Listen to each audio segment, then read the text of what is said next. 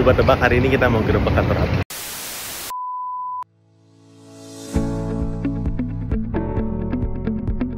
Halo Botakers, kembali lagi di channel Cerita Botak. Hari ini kita mau segmen gerebek pabrik lagi yang teman-teman pasti suka. Jangan lupa buat subscribe karena kita bakal bikin konten-konten kayak gini lagi. Nah, hari ini kita sudah dengan Pak Thomas.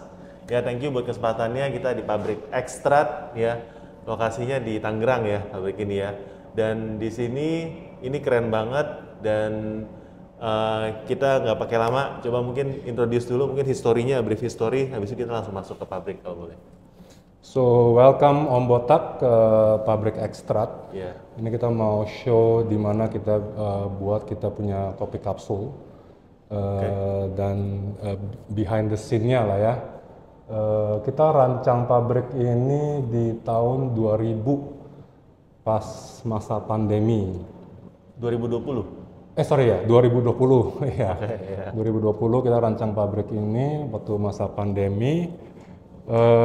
Waktu kita ngerancang pabrik ini kita udah tahu sih, maksudnya ini kita mau standarnya tuh kayak standar multinational company. Oke.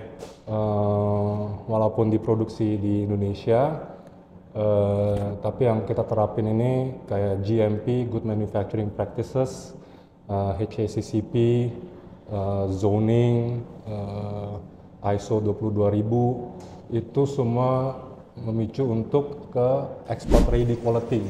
Oke.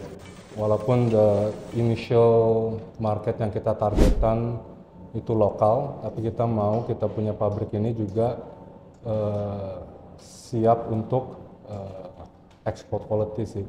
Dan saat ini udah ekspor kan? Saat ini ada beberapa negara yang kita udah ekspor. Wow, keren ya. Jadi ini pabrik lokal yang udah ekspor. Dan kalau teman biasanya kan kalau kita bilang kopi kan orang cuma green beans doang yang diekspor keluar ya. Dan ini adalah finished product ya. Jadi nanti kita mau lihat prosesnya kayak gimana. Iya, betul. Jadi kalau kopi Indonesia, there's a lot of way to show keunggulannya kopi Indonesia. Jadi kita mau show kopi Indonesia dalam bentuk kopi kapsul. Oke, ya. Boleh kita langsung masuk sambil ambil ini ya. Gue udah berpakaian kayak gini. Ya, udah siap. Oke, let's go. Mungkin kita ke lab-nya dulu ya. Oke, kita ke lab.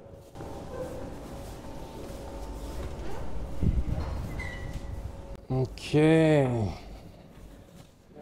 Halo, Pak. Nah, ini kita punya lab. This is where kita do all our quality control and quality assurance. Di sini kita bisa lihat beberapa mesin. Jadi sebelum kita deploy, kita punya finish product ke market pun kita wajib untuk tes di beberapa mesin ya. Yang pasti Nespresso Original, ada juga yang Bond Cafe, ada juga mesin-mesin kita sendiri. Dan yang kita cek ada beberapa hal ya. Jadi contoh leak test itu make sure that kita punya sealing quality itu bagus, nggak ada kebocoran. Kedua, physical of the product itself, nggak boleh penyok, nggak boleh kempes. Flow-nya juga harus lancar.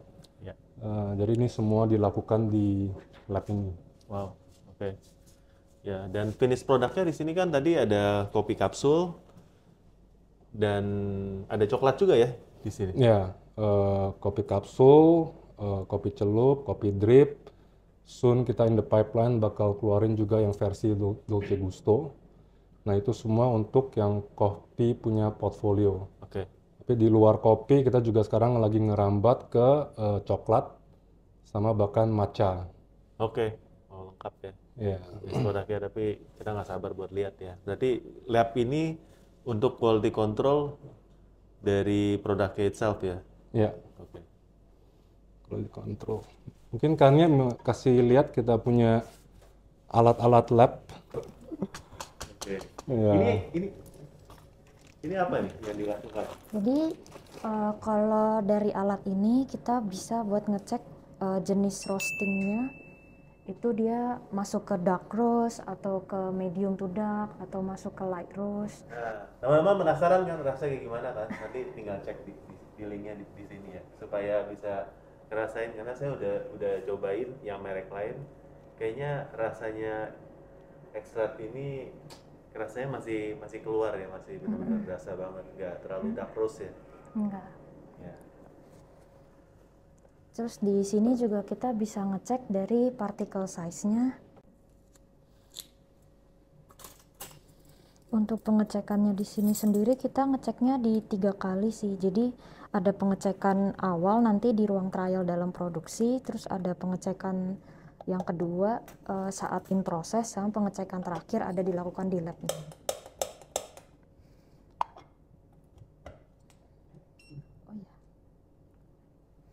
Jadi dari satu alat ini kita bisa ngecek dua, satu kita ngecek roasting profile, yang kedua kita ngecek particle size.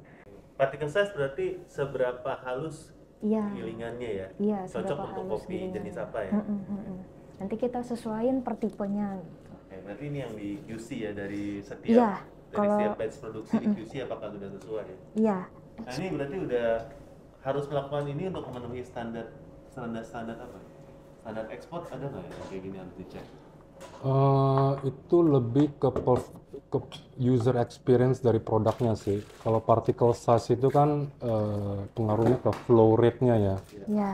Jadi pas kita pencet tombol itu flow-nya apakah bagus, dan itu pun kita ada standarnya. Nah setelah flow-nya lancar pun juga kita harus cek kepekatan kopinya. Iya, ada cek di TDS-nya sih. Jadi to make sure itu kopinya tuh nggak watery atau rasa kopinya tuh pekat. Nah ini kita pakai alat ini untuk cek TDS. Diambil satu aja. Jadi selain kita kerjain untuk kita punya produk sendiri, kita juga buka pintu untuk teman-teman dari coffee industry create high value product ya. Oke. Ini juga salah satu pas kita pergi ke pameran, contoh Jakowik versus pameran-pameran di luar negeri, produk-produk yang di pameran itu masih ada gap. Dalam arti kalau di Jakowik rata-rata kita punya teman-teman dari roastery hanya jual roasted coffee, Yes. nggak ada turunannya lainnya gitu. Tapi kalau kita lihat di Korea atau di Thailand, turunannya udah banyak. Kapsul ada, drip coffee ada, different kind of packaging ya. Ya. Nah itu yang kita tawarin ke teman-teman industri supaya mereka juga bisa level up. Selain nilai tambahnya meningkat, mereka juga bisa extend shelf life. Jadi kalau misalnya mereka udah goreng kopi dengan harga mahal, mereka bisa masukin ke kapsul atau drip, itu naturally bisa extend shelf life-nya ke 24 bulan. Karena semua produk kita tuh nitro flush. Oke, berarti masukin ke kapsul ini rasanya terjaga selama 2 tahun. 2 tahun. As long as sealingnya semua terjaga, nggak ada kebocoran, is as good as freshly roasted coffee. Wah, ini teman-teman bisa lihat nih, sealingnya ini rapi banget ya. Dan ini nanti kita lihat di dalam pasti yang gimana cara sealingnya. Tapi yang this is the magic behind this. Ya. Yeah. Untuk bisa seal rasa kopinya supaya terjaga kualitasnya. Iya. Kalau ini tadi udah. Ini pengecekan fisik, nanti pengecekan kimia kita ada juga dari pH sama ada soft lab. Oke.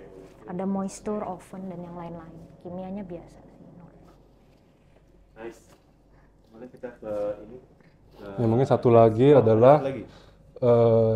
one of the thing yang kita harus jaga adalah konsistensi dari sealing quality.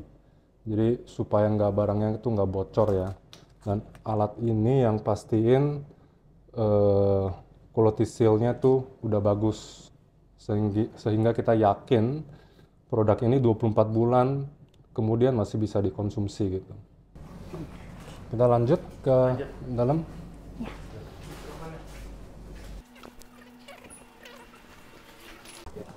Siang.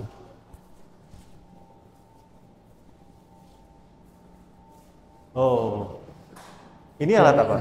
Ini alat mixer kita khusus untuk coklat. Jadi di sini kita banyak supply juga ke B2B atau brand owner dengan masing-masing punya resep sendiri. Oke. Nah di sini ada resep-resep mereka. Jadi tim kita akan timbang dari bahannya, kakao, susu, gula, lecithin. Kalau resepnya udah sesuai, kita baru masukin ke mesin ini untuk diaduk. Diaduk ya. Ya, setelah diaduk, ini akan masuk ke mesin packing untuk masuk ke saset atau yang 1 kilo. Oke. Mantap. Ya. Ini lagi jalan dari mixernya. Ini lagi jalan. Lama ya mixernya? Mixing per batch-nya berapa lama ya Pak Slamet? Satu 40 menit, ini kapasitasnya 60 kilo. 40 menit ya. Per batch 60 kilo.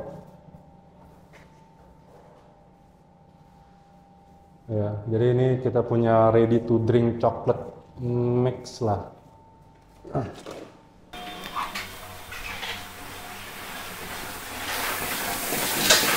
Nah, ini jantungnya pabrik kita.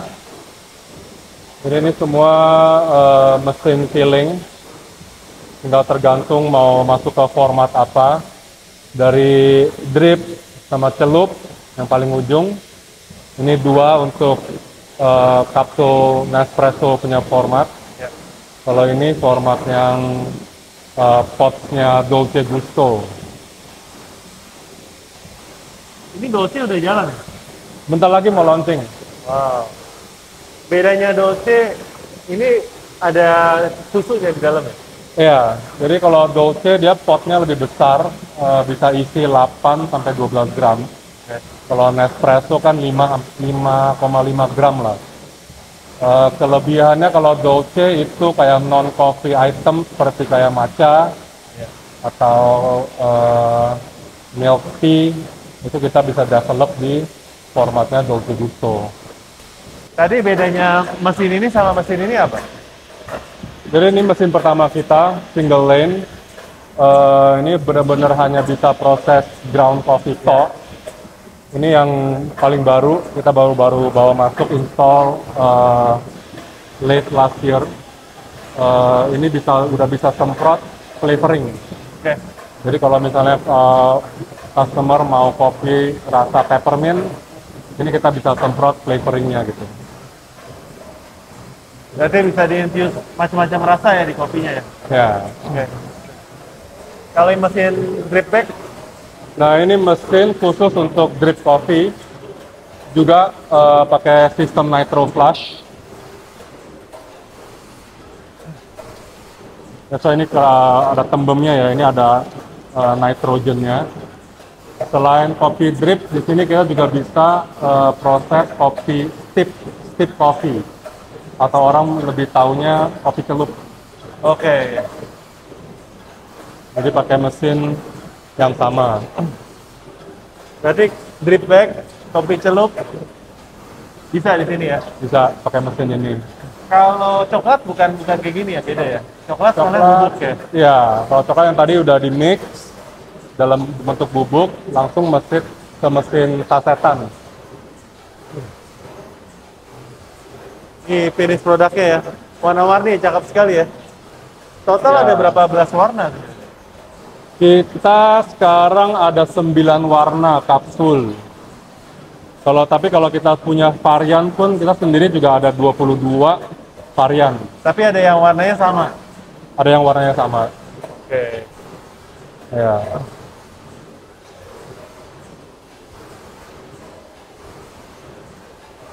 Nah, kalau ini yang kita akan rilis dalam waktu dekat, ini format Dolce Gusto. Nah, sebenarnya kita punya tahap mulai prosesnya tuh dari sini.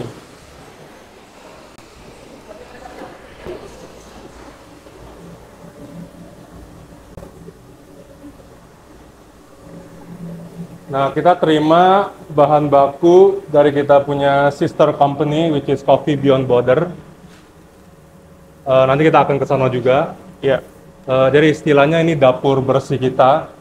Coffee Beyond Border itu dapur kotornya kita. Iya. Nah ini kita terima green bean-nya seperti ini. Udah ready for roasting.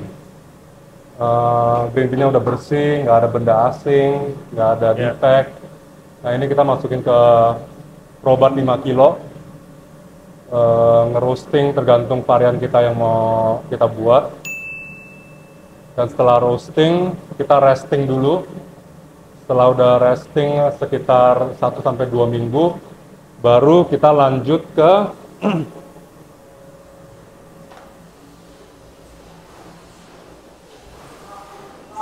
Pak Selamat, ke mesin grinder. Oke, ini grindernya ya. Ya, ini mesin grinder juga kita beli dari Swiss.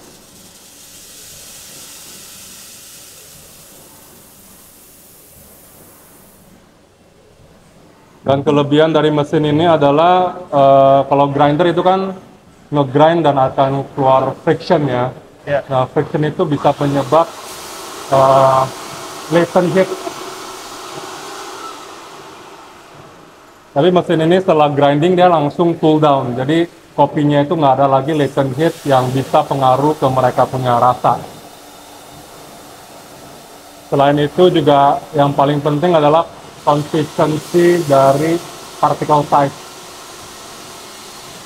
Karena kalau particle size-nya ada yang besar, ada yang kecil, kemungkinan besar itu akan buat kapsulnya mampet. Oke.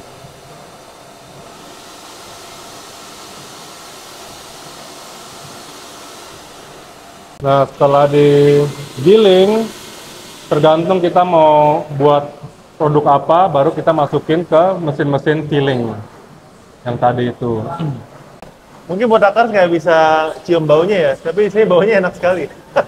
Udah di roast di sini, di grind juga, wah mantep. Ya.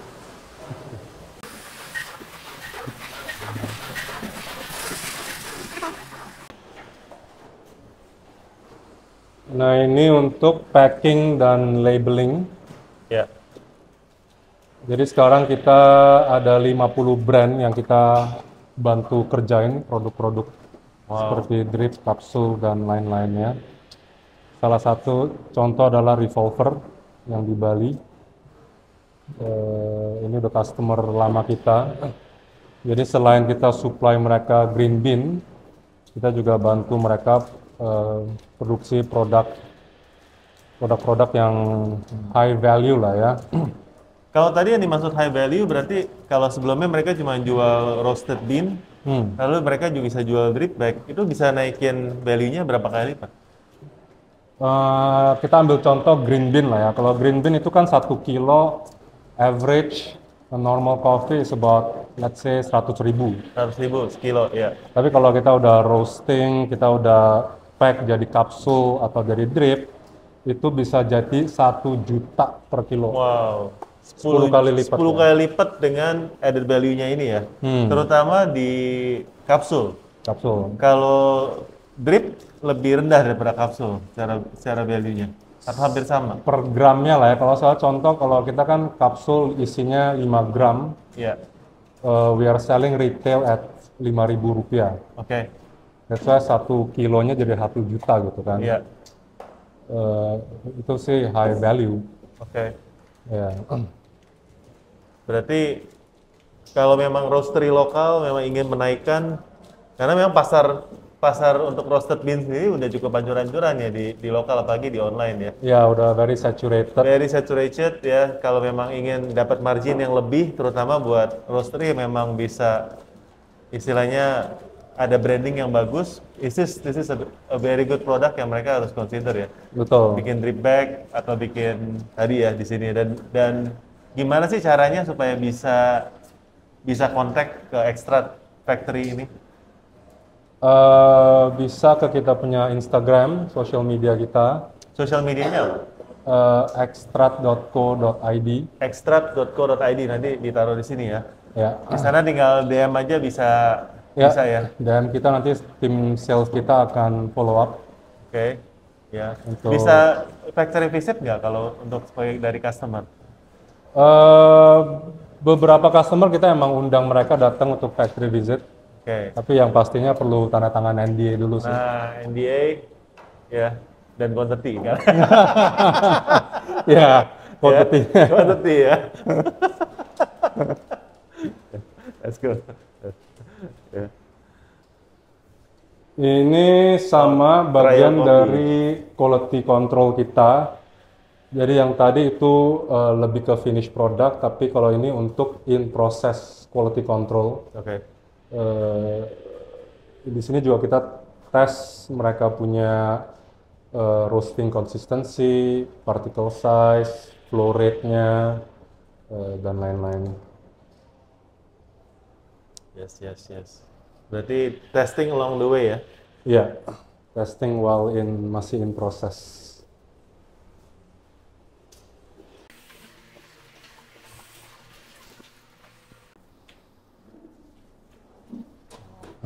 Nah, di sini adalah kita punya packing room. Ini kita masih packing secara manual Yes. karena kita punya produk maupun produk customer, packagingnya pasti beda-beda formatnya. Ada yang mau seperti ini rectangular, ada juga yang kayak Nespresso yang panjang, Ya. ada juga yang box kecil. Jadi format packagingnya tergantung sama customer sih. Tapi satu yang saya paling suka dari espresso ini, packagingnya itu benar-benar colorful dan high quality gitu. Jadi berasanya kalau pegang ini kayak produk-produk mahal gitu. Iya, Ya, dan dia desain-desainnya juga cakep-cakep banget ya. iya. Ini. Di sini kita pengen angkat semua daerah yang produksi kopi Arabica di Indonesia. Ya. Kita angkat satu, dan pas kita desain ini pun, kalau kita lihat warna temanya ini, kita ambil dari Pemda punya warna. Oh, Pemda ada warna masing-masing ya? Ternyata ada itu. Jadi ada warna bendera Pemda masing-masing. Berarti kalau Gayo kan dari Sumatera ya. Warnanya warna Pemda, hijau ini. Warna hijau ini. Kalau Papua ada warna ungunya. Dan kalau kita lihat elemen-elemen kayak binatangnya atau rumah adatnya, itu kita juga adopsi ke dalam desain kita. Oke. Ini nice ya. Lo lihat nih, ini packagingnya looks-nya mahal. Ya. Tapi harganya affordable ya. Lebih affordable beli ini daripada minum satu espresso di cafe ya. Betul. Kalau di cafe mungkin espresso yang murah mungkin 25.000 mungkin. Ya, Kalau ini harganya 5.000 per porsi. 5.000. Ya. Seperlimanya guys. Ya. Jadi nambah minum 2 kopi juga puas. Macam-macam rasa ya. Bisa ini kan single originnya tadi ada banyak varian. Ya, Ada single origin sendiri kita ada 6 dari masing-masing daerah, Sumatera, Jawa, Bali, Flores, Papua sampai Sulawesi. Ya. Tapi di luar 6 single origin series, kita juga ada seri-seri lainnya. Yang paling unik sebenarnya series luwak. Yang dimana itu kayaknya di tempat lain nggak ada yang berani luwak dijadiin Kopi kapsul. kopi kapsul ya, dan decaf series juga yang salah satu yang menurut saya tuh paling oke sih. Iya. Decaf karena ya di Indo bisa dibilang jarang sekali ada yang jual kopi decaf ya. Iya. Kopi decaf juga masih perlu diedukasi ke masyarakat ya, maksudnya cara minumnya gimana atau Iya. ya. Ya. Tapi kalau kopi decaf ini bukannya orang mau minum kopi nyari kafein ya? Kenapa mereka mau minum kopi decaf yang minum kopi tapi nggak ada kafein? Kadang kalau orang udah suka minum kopi dan kalau kemudian di hari sore pengen minum kopi gitu, Iya. tapi nggak mau jittery atau nggak mau deg-degan gitu, ya kita arahinnya ke Jadi decaf. rasa masih sama. Rasa masih sama, tapi Cuma tanpa no caffeine. kafein. Yang punya GERD mungkin bisa. Yang punya GERD ya, buat teman-teman yang punya GERD yang selama ini kalau minum kopi di kafe tuh kayaknya GERD-nya kambuh ya. Minum kopi dari espresso yang varian yang nggak ada kafein, varian apa? Midnight Blues. Ya, cari varian Midnight Blues. Ya, teman-teman, itu namanya udah midnight, teman-teman tahu ya. Midnight pun masih boleh minum. Ya, ya. Ya, oke, menarik. Ada ruangan apa lagi nih di sini? That's pretty much it. Ini packaging customer OEM kita. Wow, banyak ya. Oke guys ya, ini packaging OEM-nya ya, tadi ada sekitar 50-an yang udah bekerja sama ya. Apakah kamu next-nya yang bekerja sama untuk naikin value dari produk kamu ya. Jadi bisa, dan di sini nggak usah khawatir, packagingnya kreatif. Dibantu dari sisi desain juga di sini. Yes, kita ada creative design yang bisa bantu dari sisi desainnya. Oke. Selain bantu desain, kita juga bisa bantu dari sisi perizinan.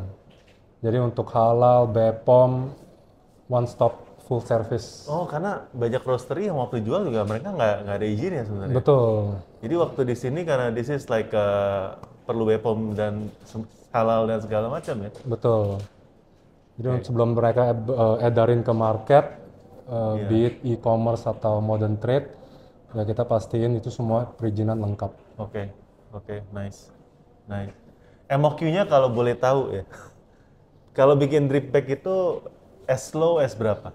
Per desainnya itu 2.400. Berdasarkan 2.400. itu MOQ berdasarkan roll. Untuk cetak roll ini. Ya. Jadi 2.400 per desain atau per varian. Oke. Ya. Per varian ya kalau mereka mau ya. Dan rata-rata paling banyak ngambilnya kalau di sini masih yang drip bag ya. Sekarang 50-50 sih. Drip bag sama kapsul. Sama kopi kapsul itu 50-50. Oke. Ya, dan biasanya kalau mereka sekali launching itu 3 varian. Per misalnya kopi drip bag 3 varian, kapsul 3 varian 3 ya. varian. Ya. Oke. Kalau yang celup masih lebih jarang ya. Kopi celup masih cukup relatively baru, tapi udah ada beberapa customer yang udah mulai adopsi kopi celup dan mulai jualannya. Ya, karena celup lebih familiar sama orang Indonesia ya. Ya. Karena minum tehnya dicelup ya kan. Di sini kopi celup, udah pernah cobain kopi celup belum? Di sini unik ya kopi celup ya. Ya. Kalau espresso sendiri saat ini udah ada varian kopi celupnya juga?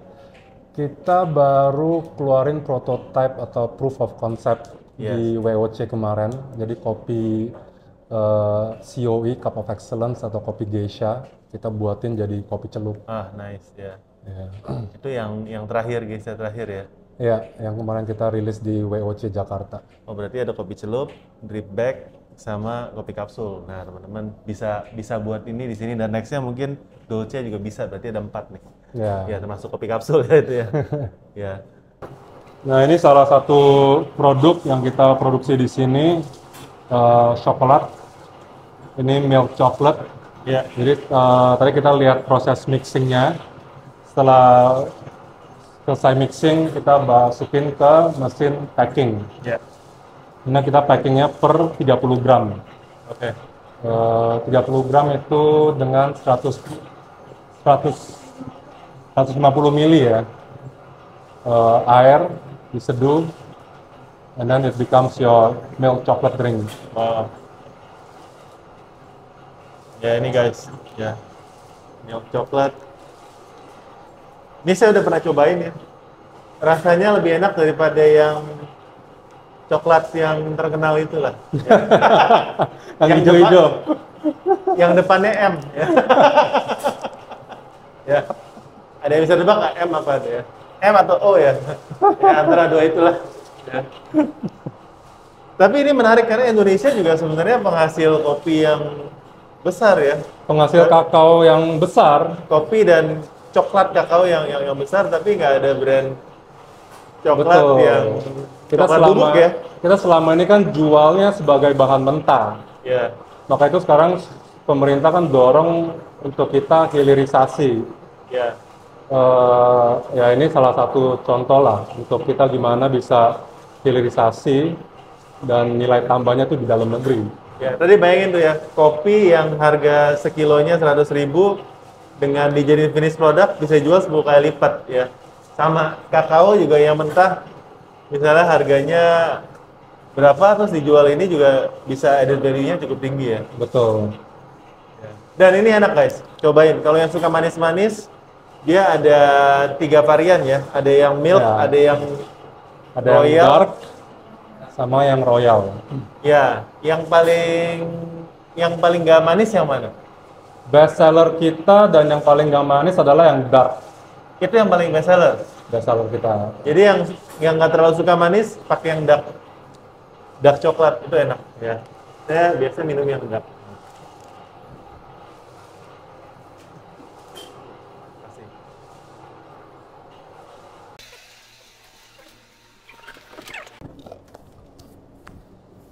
Ya, that's the end of the factory tour. Ini kita punya gudang bahan baku maupun finish product ya. Oke guys, jadi ini udah akhir daripada factory tour yang ini. Tapi ini bukan akhirnya karena kita masih ada satu lagi Betul, ke sumbernya nih. sumbernya, Kalau ini dapur bersihnya, berarti nanti ada dapur kotornya. dapur kotornya. Itu basically semua bahan baku dari daerah terkumpul di Coffee Beyond Border. Dan di sana kita lakukan pembersihan. Ya, kalau teman-teman yang memang dari roastery lokal ya pasti kalau namanya Coffee Beyond Border udah familiar lah ya harusnya ya. Karena Coffee Beyond Border juga adanya sebelum yang ini. Ya, jadi kita mulai masuk ke coffee industry sebenarnya dari hulunya, which is dari green bean-nya. Itu di tahun 2017. 2017. Berarti ini adalah adik perusahaan. Nanti kita akan kakaknya ke video yang satu lagi. Jadi tapi teman-teman jangan kemana-mana karena kita bakalan gerebek yang satu lagi. Jadi subscribe dulu, nonton karena nanti bakalan daging banget. Karena sebelumnya ini kita juga belum pernah digerebek juga ya Coffee Beyond Borders. Stay tune, sampai jumpa di video kita selanjutnya. Bye bye.